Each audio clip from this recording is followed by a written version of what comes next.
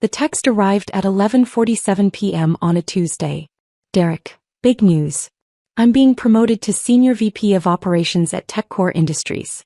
Mom's throwing a celebration dinner Saturday at the Heights. Jennifer Walsh, my CEO, will be there. Don't come. You'll embarrass me in front of her. I stared at the message on my phone, sitting in my home office in Palo Alto. Through the window I could see the lights of Stanford campus in the distance. On my desk sat a Crystal Award, Forbes 30 Under 30 Enterprise Technology 2019. I typed back, congratulations on the promotion. Derek, I'm serious, Marcus. This is the biggest moment of my career. Walsh doesn't know our family has a failure. Let's keep it that way. I set the phone down and returned to the acquisition proposal on my screen. A Fortune 100 company wanted to buy my cybersecurity firm, DataShield Solutions, for $340 million. My CFO Rachel had sent the revised terms an hour ago. Rachel, they're at $340 million cash, plus earn-out provisions that could push it to $400 million. Your call, but this is a strong offer. I'd built DataShield from my Stanford dorm room 8 years ago. We now secured networks for 47 Fortune 500 companies, employed 280 people, and generated $89 million in annual revenue. Our AI-powered threat detection system had become the industry standard. Jennifer Walsh's company, TechCore Industries, was one of our largest clients. They'd been using DataShield's enterprise security platform for 3 years, paying us $4.2 million annually. But my family didn't know any of this. Growing up, Derek was the golden child. 3 years older, Stanford MBA, recruited straight into TechCore's leadership development program at 24. By 28 he was a director. Now at 31 he was being promoted to Senior VP. I was the disappointment. I dropped out of Stanford after 2 years to build my company. Mom cried for a week. Dad refused to speak to me for 6 months. Derek told everyone I'd thrown my life away for some tech fantasy. You're not Steve Jobs, Marcus, he'd said at Thanksgiving 2016. You're just another dropout who's going to fail. At family dinners they asked Derek about his corner office, his stock options, his meetings with Jennifer Walsh. They asked me when I'd get a real job. I stopped attending most family events in 2019. It was easier than explaining that I was too busy running board meetings, closing contracts, or flying to DC to brief congressional committees on cybersecurity threats. My chosen family became my team. Rachel, my CFO, who'd left Deloitte to join me when we were just 12 people in a WeWork. James, my CTO, who'd been my roommate at Stanford and co-founded DataShield with me. Lisa, our VP of Sales, who'd helped us land our first Fortune 500 client. They knew what I'd built. They knew what it meant. But Jennifer Walsh knew too. She'd been one of our early champions, pushing TechCore's board to sign with DataShield when we were still a startup. We'd had coffee together quarterly for 3 years, discussing security strategy and industry trends. She'd written a recommendation that helped us secure a $50 million Series C funding round. Your brother works for you? She'd asked once, seeing Derek Chin on TechCore's employee list during a security audit. He doesn't know I own the company, I'd said. We're not close. She'd raised an eyebrow but didn't push. Jennifer Walsh hadn't built a $12 billion company by not understanding complicated family dynamics. On Wednesday Mom called. Derek told me about his promotion, she said. We're so proud. He's going to be the youngest Senior VP in TechCore's history. That's great, Mom. Jennifer Walsh will be at the dinner. Can you imagine? The CEO of a Fortune 500 company at our family event. Derek's made it, Marcus. He really has. I'm happy for him. We're not inviting you, she continued. Derek was very clear. He can't have you there looking unsuccessful in front of his CEO. You understand. I understand. Maybe if you'd stayed in school. If you'd gotten a real job instead of chasing pipe dreams. I let her talk. I'd heard it all before. After she hung up, Rachel messaged me. Rachel, board meeting moved to Friday. Also, Walsh's office confirmed she's attending TechCore's leadership event Saturday. Should I mention you'll be in the same city? Marcus, no need. Thursday brought more family texts. Aunt Linda, family group chat. So excited for Derek's celebration. A Senior VP at 31. And meeting Jennifer Walsh. Uncle Robert, Derek's going places. Real corporate success. Cousin Amy, Unlike some people who dropped out and disappeared. Derek, thanks everyone. This is what happens when you commit to excellence and don't take shortcuts. I muted the chat and returned to work. We were closing a $8.9 million contract with a pharmaceutical company, negotiating security protocols for their research data. Friday's board meeting ran long. We discussed the acquisition offer, international expansion, and Q4 projections. When we finished, Rachel pulled me aside. You're really not going to tell your family? Why would I? Because they're cruel to you. Because they think you're a failure. Because walking into that dinner would. Would what? Prove something? I don't need their validation, Rachel. I have a company that works. A team that believes in what we do. That's enough. She studied my face. Is it? I didn't answer. Saturday arrived. The dinner was scheduled for 7 p.m. at the Heights, an exclusive restaurant in San Francisco's financial district. Private dining room, carefully curated guest list. My family's chance to impress Jennifer Walsh. I spent the afternoon in my Palo Alto office reviewing contracts. At 6:15 p.m. my phone rang. Jennifer Walsh. Marcus, I'm so sorry. I just realized your brother's promotion dinner is tonight. I had no idea you were his brother when I accepted the invitation. It's fine, Jennifer. Congratulations to Derek. Will you be there? I wasn't invited. Silence. Marcus. It's complicated. Family stuff. Don't worry about it. I'm worrying about it. This feels wrong. Jennifer, Derek's worked hard for this promotion. He deserves to celebrate. Just, maybe don't mention Data Shield. You're protecting him. I'm avoiding drama. She sighed. You're a better person than I am. But Marcus? I'm not going to lie if asked directly. Your company is too important and you've earned the recognition. After we hung up, I sat staring at my computer screen. Then I called James. Want to grab dinner tonight? Can't, man. Actually heading to TechCore's thing. Walsh invited the whole leadership team since we're their security vendor. Wait, isn't that your brother's promotion? Yeah. Oh shit. Does he know you own Data Shield? No. This is going to be spectacular. I'm bringing popcorn.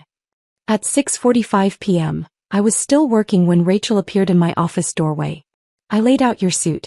The navy one. And I booked you a car. Rachel. You're going.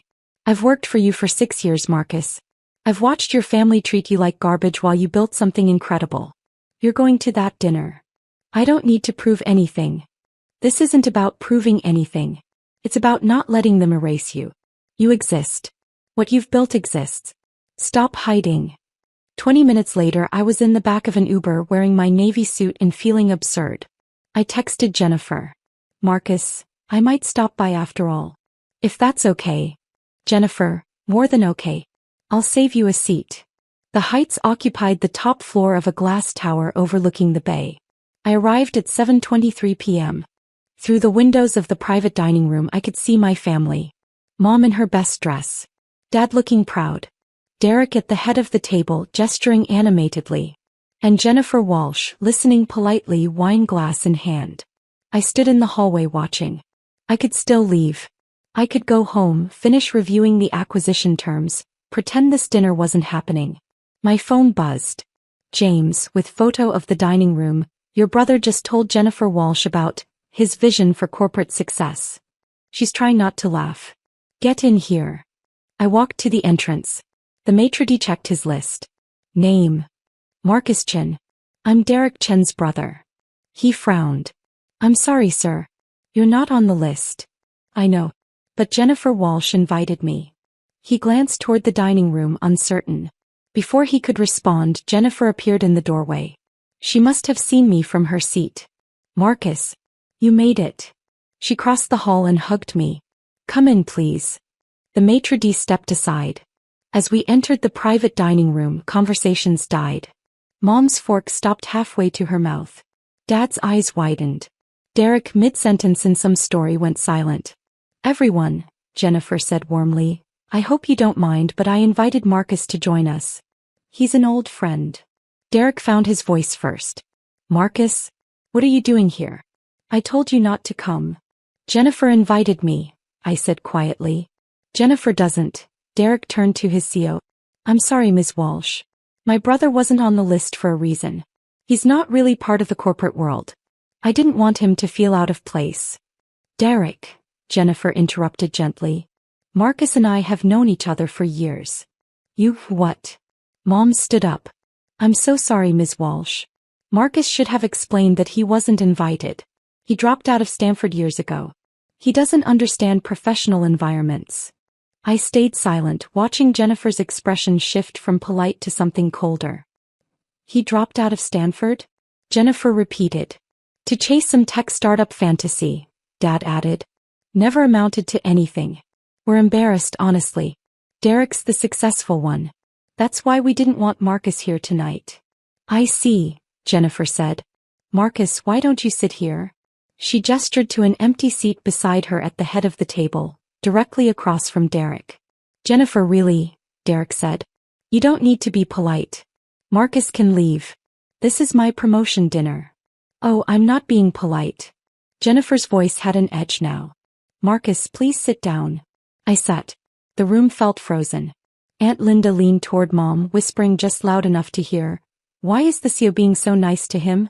This is awkward. Derek tried to recover. So Ms. Walsh, as I was saying about TechCore's Q4 strategy. Actually, Derek, I'm curious about something. Jennifer turned to me. Marcus, how's DataShield doing? I haven't had a chance to ask. The room went silent. DataShield. Mom asked. What's that? Marcus's company, Jennifer said casually. DataShield Solutions. We've been using their cybersecurity platform for 3 years. They're one of our most critical vendors. Derek's face went pale. Marcus's company? You didn't know? Jennifer looked genuinely surprised. DataShield is one of the premier cybersecurity firms in the country. They secure networks for 47 Fortune 500 companies, including TechCore. That's impossible, Derek said. Marcus doesn't have a company. He's a dropout who built a $340 million enterprise from his Stanford dorm room, Jennifer finished. Marcus, you don't talk about your work much, do you? I met her eyes. Not with family. $340 million? Dad's voice cracked. That's the current acquisition offer according to TechCrunch, Jennifer continued. Though I told Marcus he should hold out for more. DataShield's AI threat detection system is revolutionary. We pay them $4.2 million annually and it's worth every penny. Mom's wine glass slipped from her fingers, splashing red across the white tablecloth. Derek stared at me. You own a security company? I do. The one that we use at TechCore? Yes. For 3 years. Yes. His face cycled through emotions, confusion, disbelief, horror. We've been paying you millions? TechCore has been paying my company millions for security services, I corrected. Yes. Aunt Linda spoke up. But you dropped out. You disappeared. You don't even have a degree. I don't need a degree, I said quietly. I have 280 employees, 9 patents and enterprise contracts with nearly 50 Fortune 500 companies. Why didn't you tell us? Mom demanded. You never asked. You decided I was a failure. I didn't see the point in correcting you. Jennifer leaned forward. To be clear, everyone, Marcus isn't just successful. He's one of the most influential people in cybersecurity. He's briefed congressional committees. The FBI uses DataShield's protocols. When there's a major security breach, Marcus's team gets called first. Derek's face had gone from pale to bright red. You let me. All these years I've been talking about my career while I built a company, I finished. Yes. But you look so normal. Cousin Amy blurted. You dress like a regular person. I am a regular person who happens to run a tech company, I said. Marcus prefers to stay under the radar, Jennifer added. Which I respect. But tonight, Derek made it clear Marcus wasn't successful enough to attend his promotion dinner. I thought everyone should know exactly who they've been excluding. The room went dead silent. Uncle Robert cleared his throat. Marcus, we had no idea. If you'd just told us. Why would I asked. Every time we talked you asked when I'd get a real job. When I'd stop embarrassing the family. Why would I share something important with people who'd already decided I was worthless? We didn't decide you were worthless, Mom protested. We were concerned. You dropped out of Stanford to build something that now employs 280 people and secures data for millions of users. But you didn't ask about that. You asked when I'd give up my pipe dream.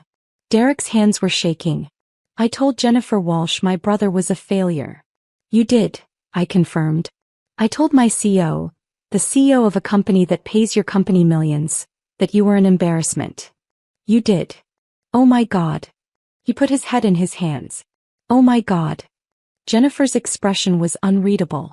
Derek, you're being promoted to Senior VP of Operations.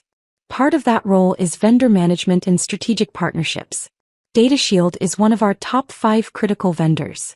Did you really not know who owned the company? No. The contracts just say DataShield Solutions. Kyo Marcus Chin. I didn't connect. Our last name is Chin, I said. It's not that uncommon. But you never said anything. You let me think. I let you think what you chose to think, I interrupted. I never lied. I just didn't correct your assumptions. Dad found his voice. Marcus, this is a lot to take in. Why didn't you tell us about your success? Because it wasn't about you, I said simply. I built DataShield because I saw a problem that needed solving. I hired people who believed in the mission. We did the work. That was enough. But family should know. Family should support each other, I cut in. Family shouldn't tell someone they're an embarrassment. Family shouldn't uninvite someone from celebrations because they might look unsuccessful. You made it clear I wasn't welcome unless I met your definition of success. So I stopped trying. Jennifer stood up. I think I'm going to step outside for a moment. This seems like a family conversation. Marcus, walk with me. We left the dining room. In the hallway she turned to me. That was brutal. I didn't mean for you to. You didn't do anything. They did this to themselves. She paused. For what it's worth, you handled that with more grace than I would have. I'd have brought printouts of your Forbes profile and thrown them on the table. I laughed despite myself. That's why you're a CEO and I prefer staying behind the scenes. You're a CEO too, Marcus. A damn good one. Don't let them make you forget that. When we returned to the dining room 10 minutes later, the energy had completely changed. My family sat in stunned silence. Derek was staring at his phone, apparently having Googled me. His face was ashen. Forbes 30 under 30, he read aloud. Congressional testimony on cyber threats. 9 patents. $89 million in annual revenue. He looked up at me. This is all real? Yes. You've been this successful for years and you never said anything? Would you have believed me? Or would you have found a way to diminish it? He didn't answer. Mom tried a different approach. Marcus, sweetheart, we're your family. We should be celebrating your success together. Why don't you tell us about your company? Because 3 hours ago you told me I wasn't welcome at this dinner. Because I'm tired of performing for people who've already decided who I am. But we didn't know. You didn't ask. That's the point. I stood up. Jennifer, thank you for inviting me. Derek, congratulations on your promotion. You've worked hard for it. I hope you enjoy the rest of your evening. I turned to leave. Marcus, wait, Derek said. I owe you an apology. A massive one. I've been horrible to you. For years. Yes, you have. I thought I was the successful one. I thought I'd made it and you'd failed. I was wrong. You weren't wrong about your success, I said. You are successful. Senior VP at 31 is impressive. You just didn't need to stand on my neck to reach it. His eyes filled with tears. Can we talk? Really talk? Not now, but soon. I considered. Maybe. But Derek, I'm not going to try to convince you I'm worth knowing. Either you figure that out or you don't. I'm done auditing for family approval. Jennifer walked me out. At the elevator, she said, for the record, TechCore's contract with DataShield comes up for renewal in March. I remember. I'm recommending we extend it and increase the scope. Your work is too valuable to lose. Thank you. But Marcus, your brother is going to be managing vendor relations in his new role. That includes your company. I know. Are you okay with that? I'm okay with whatever happens. If Derek can be professional, we'll work together. If he can't, I have 46 other Fortune 500 clients. She smiled. That's exactly why your company succeeds. You don't need any single client. You built something that stands on its own merit. The elevator doors opened. As I stepped in, Jennifer called out, "Marcus? You should be proud. Not just of the company, of how you handled tonight." The next morning, I woke to 47 missed calls and 83 text messages. "Mom, Marcus, please call me. We need to talk about this." "Dad, I had no idea. We should have asked more questions." "Aunt Linda, I always knew you were special. So proud of you." "Derek, I'm so sorry. I don't know what else to say. Can we please talk?" "Derek, I've been awake all night thinking about everything I said to you over the years. Derek, you were in my apartment 2 Christmases ago and I told you to get a real job. You own a $340 million company. I'm mortified. Derek, please respond. I know I don't deserve it, but please." I ignored most of them, but I responded to Derek. "Marcus, I'm not ready to talk yet, but I appreciate the apology. Congratulations again on your promotion." "Derek, can I ask you something? Why did you let me work at TechCore all these years without telling me you were our vendor?" "Marcus, I didn't let you do anything. You got hired on your own merit. You earned your promotion. My company happened to be one you worked with. That's all." "Derek, but I could have, if I'd known I could have." "Marcus, could have what? Been nicer to me? That's exactly why I didn't tell you. I didn't want to be treated well because I was useful. I wanted to be treated well because I'm your brother." "Derek, I understand. I'm sorry." Rachel called at noon. "The entire tech industry is talking about what happened last night. How does everyone know?" James posted a vague Instagram story about the most epic family dinner in tech history. People connected the dots. "You're trending on Twitter. Hashtag DataShieldTho is everywhere." "Great. Marcus, this is actually good PR.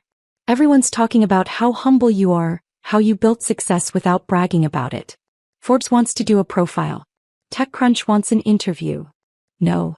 Marcus. I didn't go to that dinner to make a statement. I went because you pushed me and then Jennifer invited me. I don't need publicity. But the company could benefit. The company benefits from doing excellent work. That's enough." She sighed. "You're impossible. I'm consistent." On Monday, I returned to the office. Work continued. We finalized the pharmaceutical contract, reviewed Q4 projections and started discussions about the acquisition offer. At 3 p.m. my assistant buzzed. "Derek Chin is here to see you." "What?" "Your brother. He's in the lobby. Says he needs 5 minutes." I hesitated.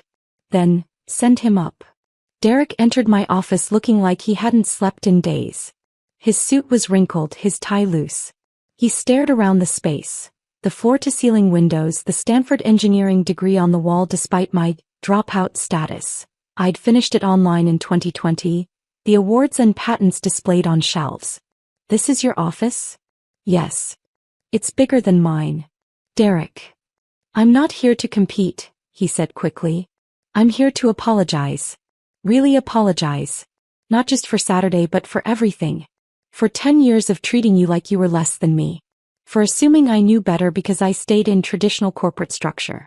For telling you to get a real job when you were building something incredible." I leaned back in my chair. "Okay. I talked to Jennifer this morning. She told me DataShield could have taken their business to any of our competitors, but you've kept TechCore as a client because we have a good working relationship. She said you've never once used your position as our vendor to make me uncomfortable or to reveal our connection. You just did good work and let me succeed on my own." "That's true." "Why?" "Because you deserve to succeed on your own merits. Your promotion is real, Derek. You earned it. I didn't want to take that from you." His eyes welled up. "I told you to stay home because you'd embarrass me. I told our family you were a failure.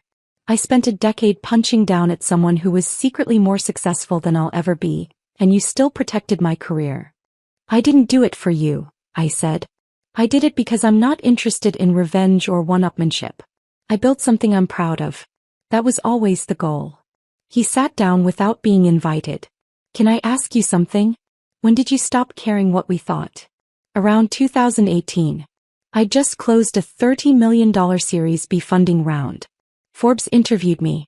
I was flying to DC to brief senators on cybersecurity threats. And I came home for Thanksgiving and Dad asked if I'd finally given up on the computer stuff and considered law school. I shrugged. That's when I realized you weren't ever going to see me. You were going to see your idea of me no matter what I accomplished. So you just let us think you were a failure? I stopped trying to convince you otherwise.